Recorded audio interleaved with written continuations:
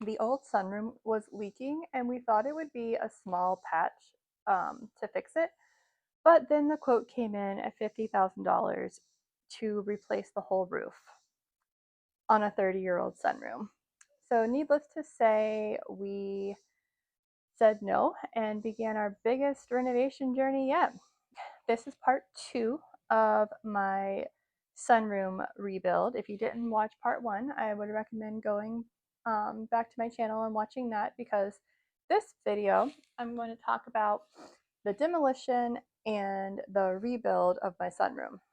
Typically I do DIY things and keep them really budget friendly, and I love to be creative and I love to use tools and get my hands dirty, and then to teach you along the way of all my mistakes and what I've learned. And you can do it too. Like, you can do it. It's not that hard to make your home look beautiful.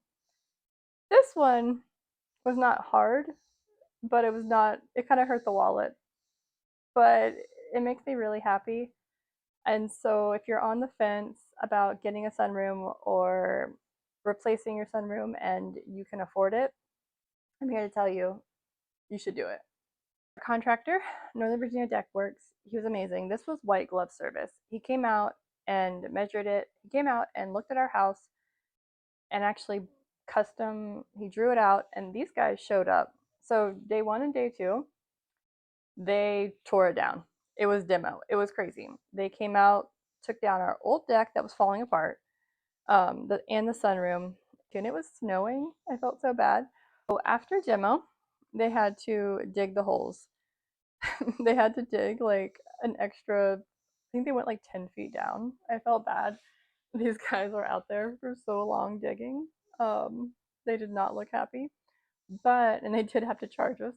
Like, they charged us like an extra, I think like $1,000 because of how deep they had to go.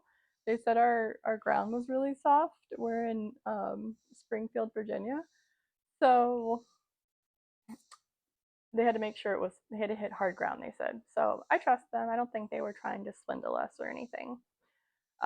And so then we watched them build it. I mean, these guys came with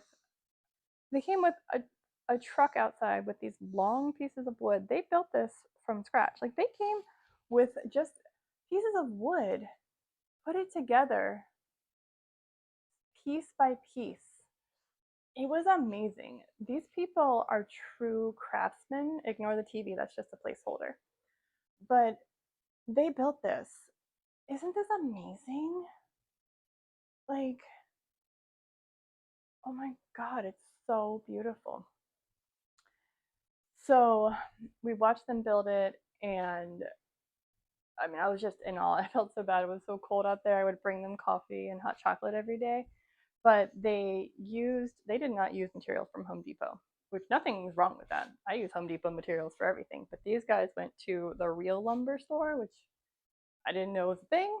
But so while the roof is pine, the wall behind me and the railings are cedar. And then the floor, again, don't worry about the TV, the floor is mahogany. It's beautiful. They said it's the second hardest wood. And it's gonna look so good for so long. I don't think other decks use that kind of wood. I think they have you use regular deck boards. But it was just amazing. So again, I didn't plan any of this out. The contractor, he's an artist. He drew out everything. He picked out the black windows, the black spindles, I think to match our black sliding glass door. I didn't know they were doing black until they started installing it, which is really funny. I did not know they were doing black until they installed it. My sister-in-law has white windows and wood spindles. I thought that's what we were getting. I really did. But he took a lot of creative liberties, and I'm happy he did it. I love it. Check out the next video in this series, part 3, which will be furnishing the sunroom, where I talk about how I've tried to make it budget friendly and still beautiful. And I would love if you could like this video if you enjoyed it, and I will see you on the next video. So please subscribe too. It'll really help me build my channel.